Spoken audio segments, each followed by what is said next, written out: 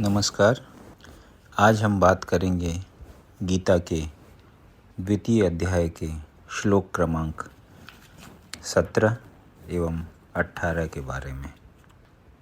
अविनाशी तु तद्विद्धि येन सर्वमिदं ततं विनाशमव्ययस्यायस्य न कश्चित् कर्तुमर्हति। जो सारे शरीर में व्याप्त है उसे ही तुम अविनाशी समझो। उस अव्यय आत्मा को नष्ट करने में कोई भी समर्थ नहीं है।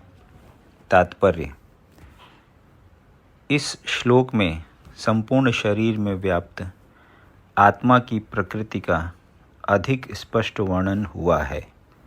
सभी लोग समझते हैं कि जो सारे शरीर में व्याप्त है वह चेतना है। प्रत्येक व्यक्ति को शरीर में किसी अंश या पूरे भाग में सुख दुख का अनुभव होता है, किंतु चेतना की यह व्याप्ति किसी के शरीर तक ही सीमित रहती है। एक शरीर के सुख तथा दुख का बोध दूसरे शरीर को नहीं हो पाता। फलतः प्रत्येक शरीर में व्यष्टि आत्मा है और इस आत्मा की उपस्थिति का लक्षण व्यष्टि चेतना द्वारा परिलक्षित होता है। इस आत्मा को बाल के अग्रभाग के 10,000वें भाग के तुल्य बताया जाता है। श्वेताश्वतर उपनिषद में 5.2 इसकी पुष्टि हुई है। बालाग्र शतभागस्य शतधा कल्पितस्य च भागो जीवः स विज्ञेयः स चानन्यत्याय कल्पते। यदि बाल के अग्रभाग को 100 भागों में विभाजित किया जाए और फिर इनमें से प्रत्येक भाग को 100 भागों में विभाजित किया जाए तो इस तरह के प्रत्येक भाग की माप आत्मा का परिमाप है। इसी प्रकार यही कथन निम्नलिखित श्लोक में मिलता है। केशाग्र शतभागस्य शातांशः सादृशात्मकः जीवः सूक्ष्मस्वरूपोऽयं संख्यातीतो हि चित्कणः। आत्मा के परमाणुओं के अनंत कण हैं जो माप में बाल के अगले भाग के 10,000वें भाग के बराबर हैं। इस प्रकार आत्मा का प्रत्येक कण भौतिक परमाणुओं से भी छोटा है और ऐसे असंख्य कण हैं। यह अत्यंत लघु आत्मस्फुलिंग भौतिक शरीर का मूल आधार है और इस आत्मस्फुलिंग का प्रभाव सारे शरीर में उसी तरह व्याप्त है जिस प्रकार किसी औषधि का प्रभाव व्याप्त रहता है। आत्मा की यह धारा सारे शरीर में चेतना के रूप में अनुभव की जाती है और यही आत्मा के अस्तित्व का प्रमाण है।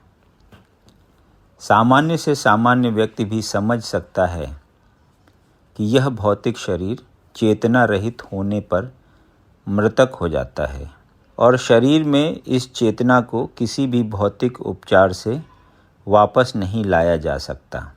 अतः यह चेतना भौतिक संयोग के फलस्वरूप नहीं है अपितु आत्मा के कारण है। मुंडक उपनिषद में 3.1.9 सूक्ष्म आत्मा की और अधिक विवेचना हुई है। एषो अणुरात्मा चेतसा वेदितव्यो यस्मिन् प्राणः पंचधा संविशेष प्राणैश्चितं सर्वमोतं प्रजानां यस्मिन् विशुद्धे विभवत्येष आत्मा। आत्मा प्रकार में अणुतुल्य है जिसे पूर्ण बुद्धि के द्वारा जाना जा सकता है। यह अणु आत्मा 5 प्रकार के प्राणों में तैर रहा है। प्राण, अपान, व्यान, समान तथा उदान। यह हृदय के भीतर स्थित है और देहधारी जीव के पूरे शरीर में अपने प्रभाव का विस्तार करता है। जब आत्मा को 5 वायुओं के कल्मश से शुद्ध कर लिया जाता है तो इसका आध्यात्मिक प्रभाव प्रकट होता है। हठ योग का प्रयोजन विविध आसनों द्वारा उन 5 प्रकार के प्राणों को नियंत्रित करना है जो आत्मा को घेरे हुए हैं। यह योग किसी भौतिक लाभ के लिए नहीं अपितु भौतिक आकाश के बंधन से अणु आत्मा की मुक्ति के लिए किया जाता है। इस प्रकार अणु आत्मा को सारे वैदिक साहित्य ने स्वीकारा है और प्रत्येक बुद्धिमान व्यक्ति अपने व्यावहारिक अनुभव से इसका प्रत्यक्ष अनुभव करता है। केवल मूर्ख व्यक्ति ही इस अणु आत्मा को सर्वव्यापी विष्णु तत्व के रूप में सोच सकता है। अणु आत्मा का प्रभाव पूरे शरीर में व्याप्त हो सकता है। मुंडक उपनिषद के अनुसार यह अणु आत्मा प्रत्येक जीव के हृदय में स्थित है और चूंकि भौतिक विज्ञानी इस अणु आत्मा को माप सकने में असमर्थ हैं, अतः उनमें से कुछ यह अनुभव करते हैं कि आत्मा है ही नहीं। व्यष्टि आत्मा तो निस्संदेह परमात्मा के साथ साथ हृदय में है और इसीलिए शारीरिक गतियों की सारी शक्ति शरीर के इसी भाग से उद्भूत है। जो लाल रक्त कण फेफड़ों से ऑक्सीजन ले जाते हैं वे आत्मा से ही शक्ति प्राप्त करते हैं। अतः जब आत्मा इस स्थान से निकल जाता है तो रक्तोत्पादक संलयन बंद हो जाता है। औषधि विज्ञान लाल रक्त कणों की महत्ता को तो स्वीकार करता है, किंतु वह यह निश्चित नहीं कर पाता कि शक्ति का स्रोत आत्मा है। जो भी हो, औषधि विज्ञान यह स्वीकार करता है कि शरीर की सारी शक्ति का उद्गम स्थल हृदय है। पूर्ण आत्मा के ऐसे अणुकणों की तुलना सूर्य प्रकाश के कणों से की जाती है। इस सूर्य प्रकाश में असंख्य तेजोमय अणु होते हैं। इसी प्रकार परमेश्वर के अंश उनकी किरणों के परमाणु स्फुलिंग हैं और प्रभा या पराशक्ति कहलाते हैं। अतः चाहे कोई वैदिक ज्ञान का अनुगामी हो या आधुनिक विज्ञान का, वह शरीर में आत्मा के अस्तित्व को नकार नहीं सकता। भगवान ने स्वयं भगवत गीता में आत्मा के इस विज्ञान का विशद वर्णन किया है। अंतवंत इमे देहा नित्यस्योक्ताः शरीरिणः अनाशिनो अप्रमेयस्य तस्माद्युध्यस्व भारत। अविनाशी, अप्रमेय तथा शाश्वत जीव के भौतिक शरीर का अंत अवश्यंभावी है। अतः हे भरतवंशी, युद्ध करो। तात्पर्य: भौतिक शरीर स्वभाव से नाशवान है। यह तत्क्षण नष्ट हो सकता है और 100 वर्ष बाद भी। यह केवल समय की बात है। इसे अनंत काल तक बनाए रखने की कोई संभावना नहीं है। किंतु आत्मा इतना सूक्ष्म है कि इसे शत्रु देख भी नहीं सकता, मारना तो दूर रहा।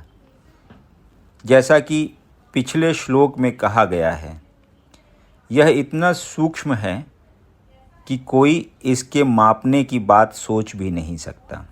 अतः दोनों ही दृष्टि से शोक का कोई कारण नहीं है, क्योंकि जीव जिस रूप में है न तो उसे मारा जा सकता है, न ही शरीर को कुछ समय तक या स्थायी रूप से बचाया जा सकता है।